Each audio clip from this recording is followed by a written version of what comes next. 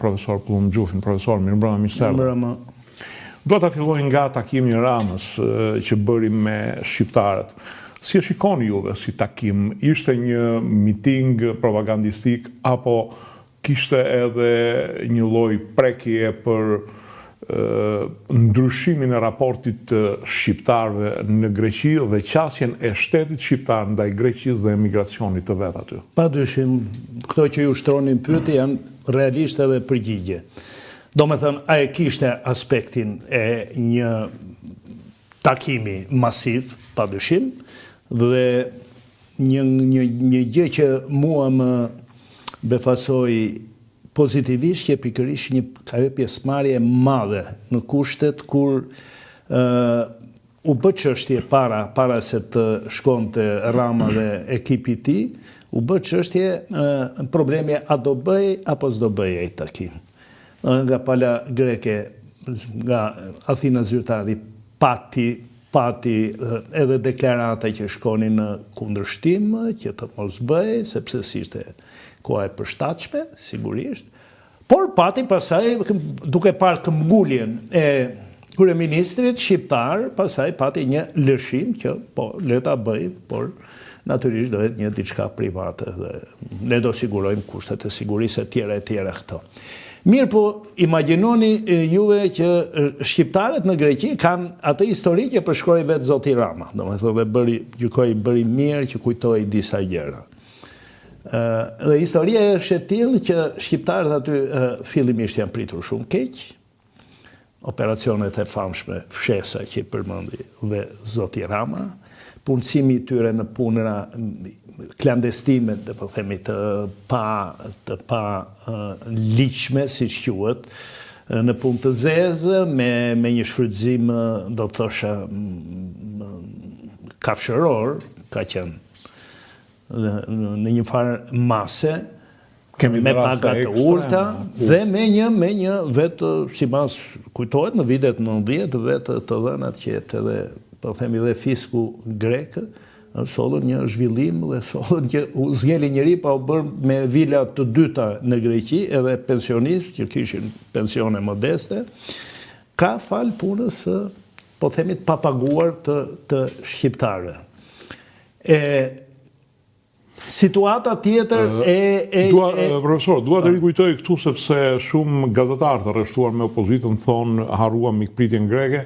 Unë dua të rikujtoj këtu shqiptarët të cilët nuk paguheshin në fund ose rrinin 6 muaj pa paguar, pastaj lajmëroi policia nga pronari grek.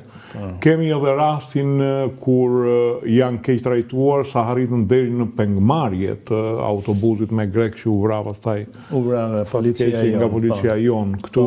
Pra kemi disa raste të cilat kanë qenë ekstreme, por ne vëdim edhe keq trajtimin e madh që ju është bërë në kufi, sidomos kur kapeshin nga forcat e ushtrisë.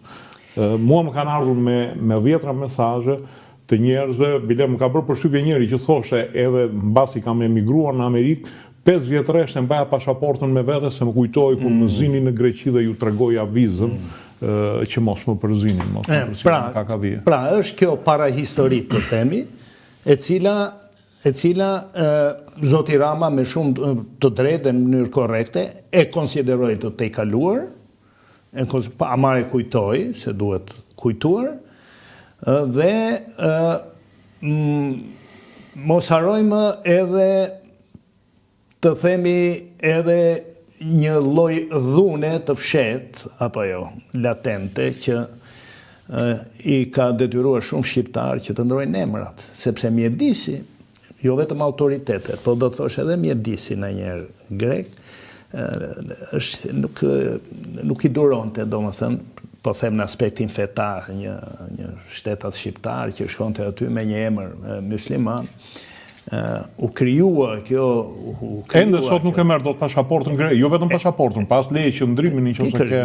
Po se këto që ndrojnë kushtetutën greke, realisht nuk është se janë mënyra të fsheta. Kushtetuta greke thotë që është Greqia është shteti i grekëve dhe feja grekëve është feja ortodokse. Domethënë nuk njeh hapësira për gjë tjetër përveç se kështu që këto kanë realisht kanë vuajtur shqiptarët, edhe ajo është një lloj tjetërsimi shdhun, është dhunë që ti e detyron tjetrin të ndryshoje emrin për të përshtatur me shijet e tua, themi që janë një ngjyrshe.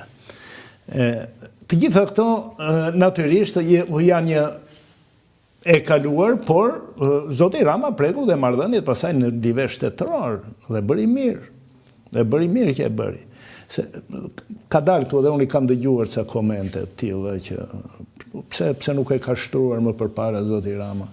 Po jo, zoti Rama, e kemi thënë dhe këtu në studion tënde, kur kemi përmendur anë të mira përveç, po themi edhe defekteve që na duken ne të zotit Rama, ne kemi përmendur që është kryeministri, është kryetari i parë i Partisë Socialiste që e vuri çështjen Çame në programin e Partisë Socialiste kur e mori në dorë në 2005, apo jo? Po.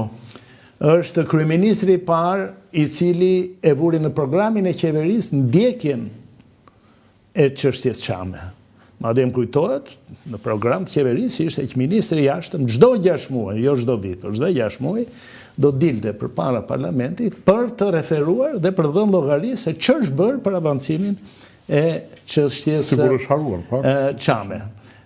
U harua pastaj se, të themi drejtën, dhe përfaqësuesit e komunitetit Çam, që ishin goxha se ishin 5-6, apo jo, mos harro. Nuk kanë luajtur rolin e shtytësit në këtë aspekt.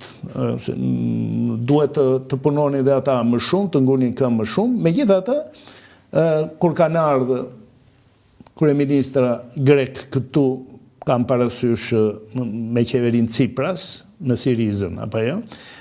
Kocias, ministri i jashtëm i famshëm, i shtruar problemi Çam, i shtruar problemi i ligjit, i heqjes ligjit të luftës, dhe çështja e heqjes ligjit të luftës, për shembull, u vu dhe në agjendë, do të thonë, në një farë mënyrë, në agjendën e qeverisë greke, sepse diku aty nga viti 2013-2014, një Aleksandr Malias që ka qenë ambasador i merituar i Greqisë Shqipëri, një ambasador shumë i aftë, dhe që pati raporte shumë të mira, po themi, institucionet shqiptare, por që i mbrojti më së miri edhe interesat e vendit dhe të Greqisë, se mas Shqipërisë shkoi në Shtetet e Bashkuara, ambasador në Washington. Dhe kur u kthye pasaj dhe kur doli në pension, u bë kryetar i shoqatës së ambasadorëve të Greqisë. Një shoqatë me ndikim në politikë. Që është me ndikim të madh dhe ai ka bërë një deklaratë të shkruar, drejtuar Ministrisë së Jashtme të Greqisë, e ku i thotë, ne me shqiptarët në Ballkan duhet të bëjmë një marrëveshje të re, një New Deal. Duhet bëjmë një marrëveshje të re, e cila duhet filloj me heqjen e ligjit luftës dhe me njohjen e Kosovës. Jemi në 2013, kanë kaluar, u bën 11 vjetë, kanë kaluar, e kush e di sa do kalojnë, dhe këto dy çështje që ai kishte kapur, ai dhe grupi ambasadorëve, nuk ishte deklarat personale e tij. Këto kanë ngelur në vend, dhe kjo tregon që ka një ngërç, ka një mungesë sinqeriteti.